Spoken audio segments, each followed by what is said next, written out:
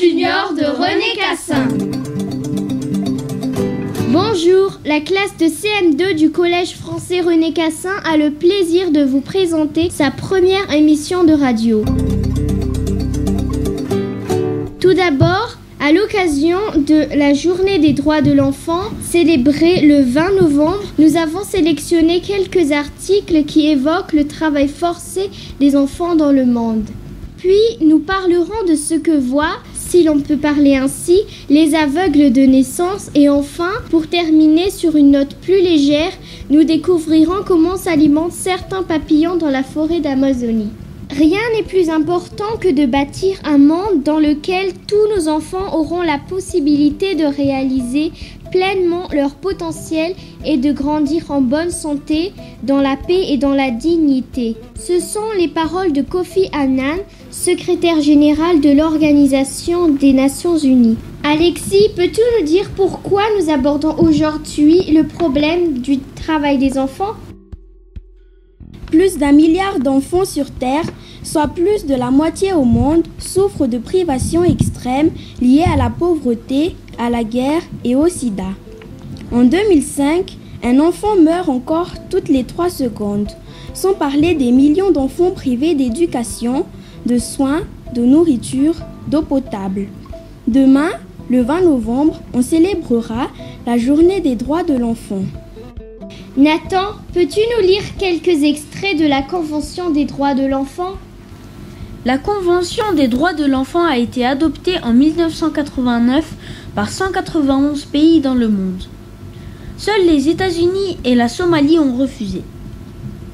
Article 1. Définition de l'enfant. Un enfant est une personne de moins de 18 ans, sauf dans les pays où l'enfant est majeur avant 18 ans. Article 19. Un enfant a le droit d'être protégé contre les mauvais traitements. L'État doit le protéger contre toute forme de violence et de brutalité physique ou mentale.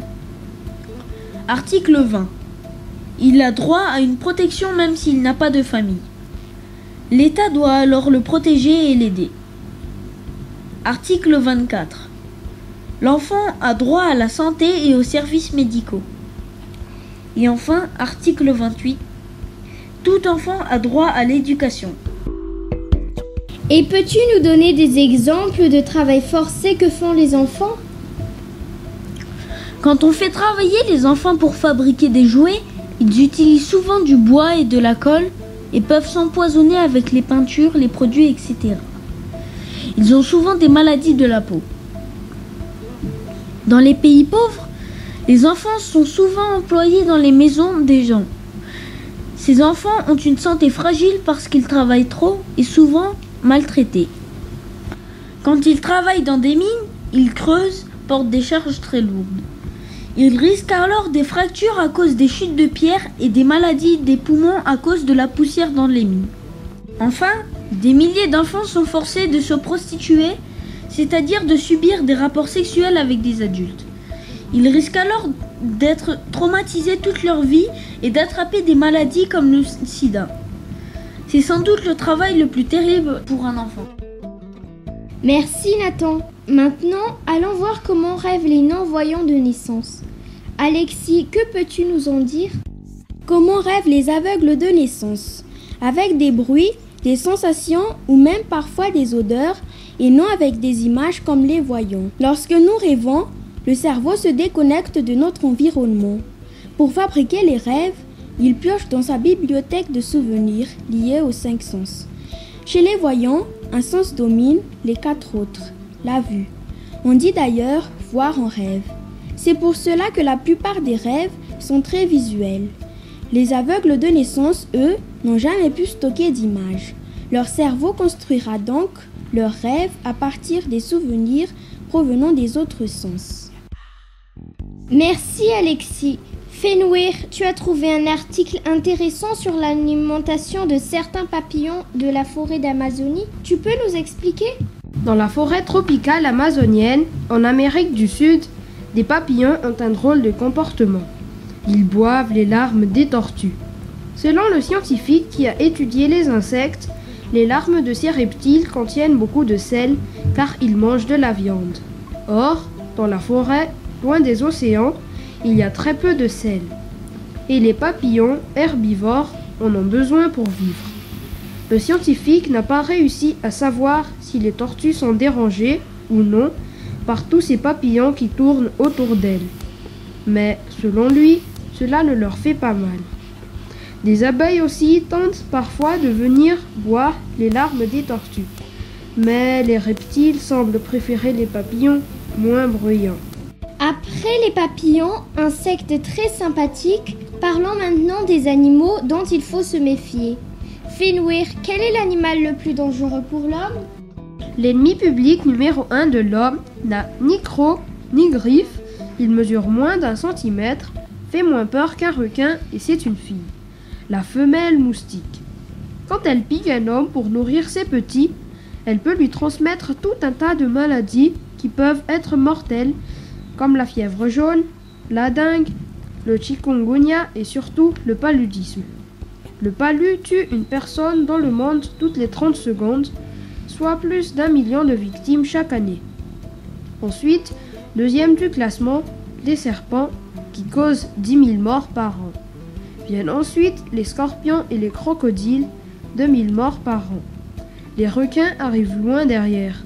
Leurs crocs ne font, en moyenne, que 10 victimes chaque année. Bon, heureusement, ici à Fianarantsoa, on ne voit pas souvent ni de serpents, ni de scorpions, ni de crocodiles. Et maintenant, pour terminer cette première émission, je vais vous lire une histoire de Pressé de Bernard Friot. Soupçon. J'ai tout de suite compris qu'il s'était passé quelque chose de grave. Dès que je l'ai vu, il avait sauté sur mon lit et il se léchait les babines d'une manière qui m'a semblé bizarre. Je ne saurais expliquer pourquoi, mais ça me semblait bizarre. Je l'ai regardé attentivement et lui me fixait avec ses yeux de chat incapable de dire la vérité. Bêtement, je lui ai demandé « Qu'est-ce que tu as fait ?» Mais lui, il s'est étiré et a sorti ses griffes comme il fait toujours avant de se rouler en boule pour dormir. Inquiet, je me suis levée et je suis allée voir le poisson rouge dans le salon. Il tournait paisiblement dans son bocal, aussi inintéressant que d'habitude. Cela ne m'a pas rassurée, bien au contraire. J'ai pensé à ma souris blanche. J'ai essayé de ne pas m'affouler, de ne pas courir jusqu'au KGB où je l'ai installée.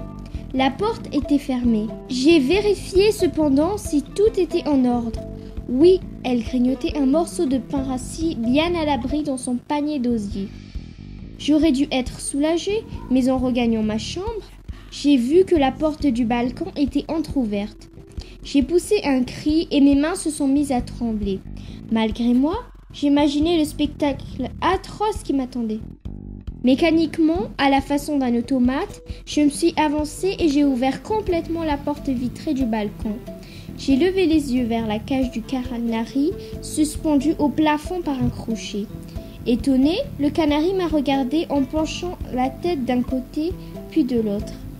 Et moi, j'étais tellement hébétée qu'il m'a fallu un long moment avant de comprendre qu'il ne lui était rien arrivé, qu'il ne lui manquait pas une plume. Je suis retournée dans ma chambre et j'allais me rasseoir à mon bureau lorsque j'ai vu le chat soulever une paupière et épier mes mouvements. Il se moquait ouvertement de moi. Alors, j'ai eu un doute horrible. Je me suis précipitée dans la cuisine et j'ai hurlé quand j'ai vu. Le monstre, il a osé, il a dévoré. Je me suis laissée tomber sur un tabouret, épouvantée, complètement anéantie. Sans y croire, je fixais la table et l'assiette retournée. Il a dévoré mon gâteau au chocolat. Voilà, cette première émission est terminée. Nous espérons que vous avez été nombreux à nous écouter et que vous avez appris plein de choses. Les infos juniors de René Cassin vous donnent rendez-vous très bientôt sur Radio Soleil.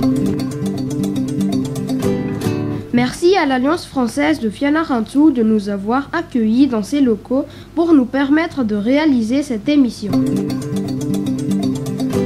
Les élèves de CM2 de René Cassin vous disent à très bientôt.